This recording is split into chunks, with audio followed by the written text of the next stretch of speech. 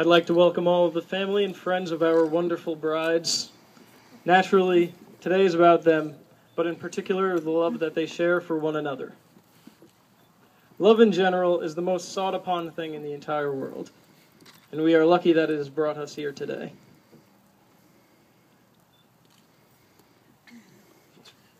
Sorry. Anyone who knows Abigail or Nicole will attest to this fact.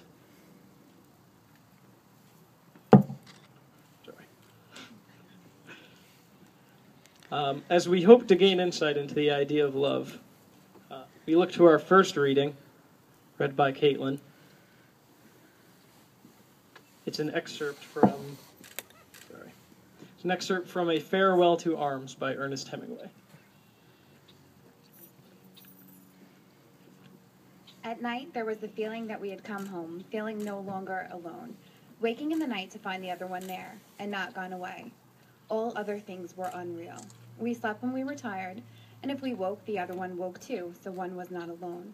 Often one wishes to be alone, and if they love each other, they are jealous of that in each other. But I can truly say we never felt that. We could feel alone when we were together, alone against the others. We were never lonely and never afraid when we were together. Thank you, Caitlin. That was beautiful. Our second reading is by Walt Whitman, a poem, great American poet. No, you're second. Yes. Our second reader will be Allison.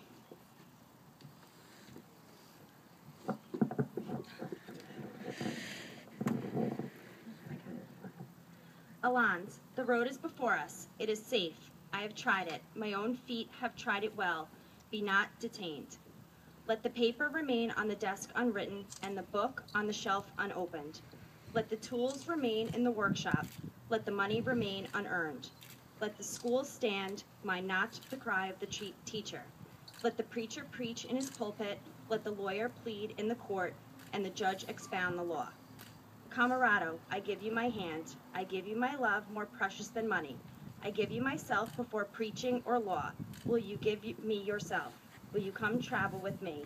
Shall we stick by each other as long as we live? Thank you, Allison. We'll now hold a candle lighting ceremony. Will the mothers rise, please?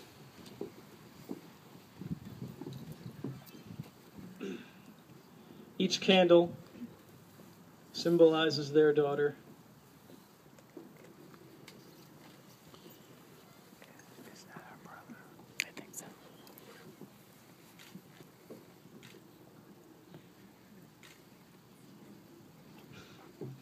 Thank you.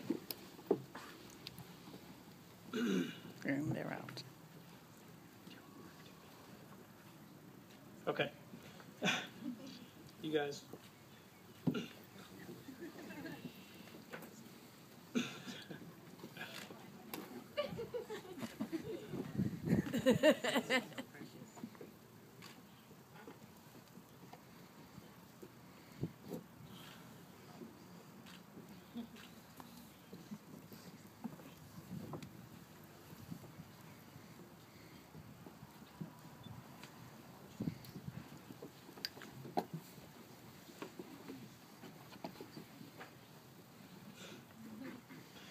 The flame embodies their everlasting love for one another.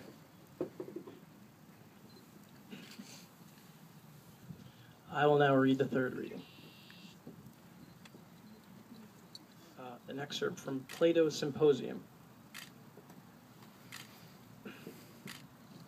Humans have never understood the power of love, for if they had, they would have surely built noble temples and altars and offered solemn sacrifices. But this is not done, and most certainly ought to be done, since love is our best friend, our helper, and the healer of the ills which prevent us from being happy. To understand the power of love, we must understand that our original human nature was not like it is now, but different. Human beings each had 2 sets of arms, 2 sets of legs, and 2 faces that looked in opposite directions. There were 3 sexes of them, one comprised of 2 men, called the children of the sun, one made of 2 women, called the children of the earth, and a third made of man and woman, called the children of the moon. Due to the power and might of these original humans, the gods began to fear that their reign might be threatened. They sought for a way to end the humans' insolence without destroying them. It was at this point that Zeus divided the humans in half. After the division, their 2 parts of each, desiring the other half, came together, throwing their arms about one another, entwined in mutual embrace, longing to grow into one. So ancient is the desire of one another which is implanted in us, reuniting our original nature, making one of 2, and healing the state of humankind. Each of us, when separated, having one side only, is but the indenture of a person, and we are always looking for our other half. Those whose original nature lies with the children of the sun are men drawn to other men. Those from the children of the earth are women who love other women, and those from the children of the moon are men who are drawn to one another. Women and men, sorry. And when one of us meets our half, we are lost in an amazement of love and friendship and intimacy, and would not be out of the other's sight for even a moment. We pass our whole lives together, desiring that we should be melted into one, to spend our lives as one person rather than 2.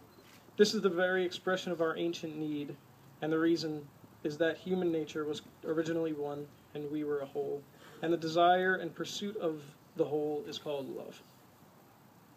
That's beautiful.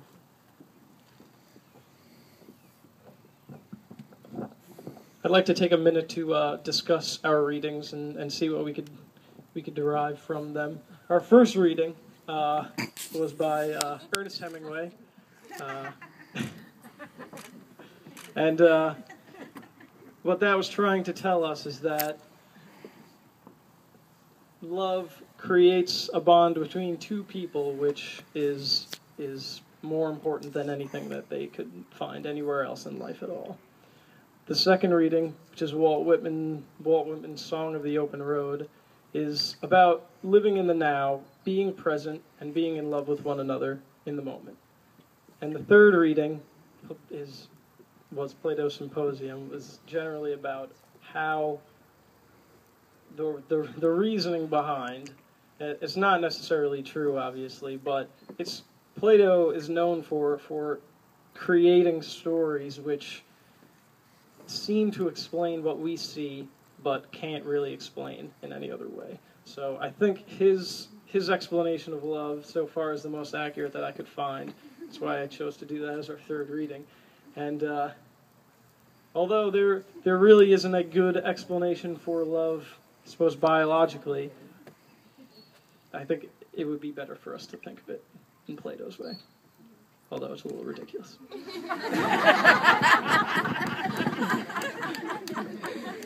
I like him. He's cute. We will now go over the vows that you have created for one another. Repeat after me. Abigail first.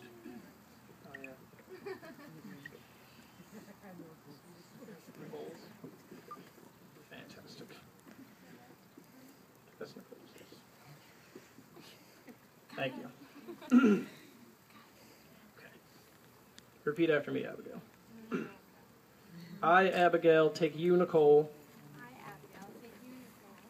to be my wife, my partner, my best friend, my soulmate. In sickness, I will nurse you back to health. In health, I will encourage you on your path.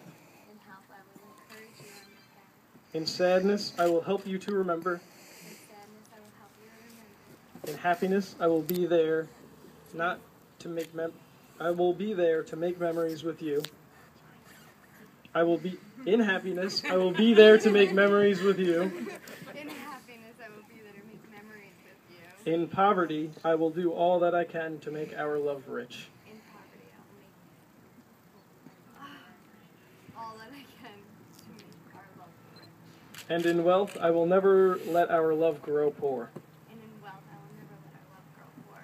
This I pledge to you. This I pledge to you. Now with this ring, Now with this ring, will you make all of my dreams come true by saying I do? will you make all of my dreams come true by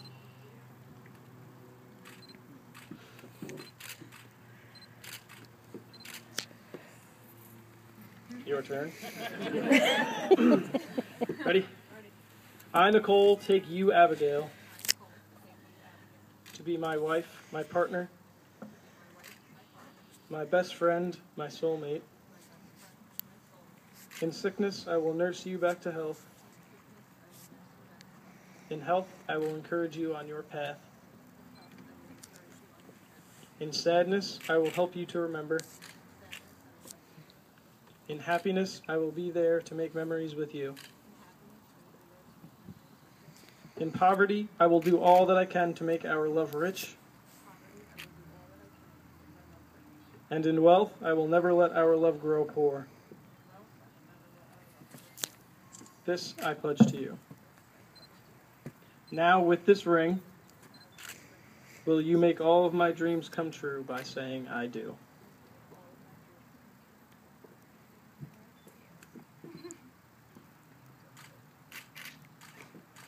These rings, with no beginning or end in sight, symbolize the eternal relationship in which you validate today. Wear them in recognition of the love you share for one another. By the power invested in me by the great state of New York, I hereby pronounce you wife, and wife, you may now kiss.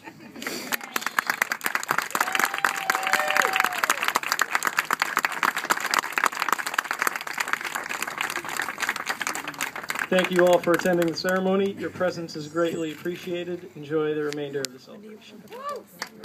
Like the petition.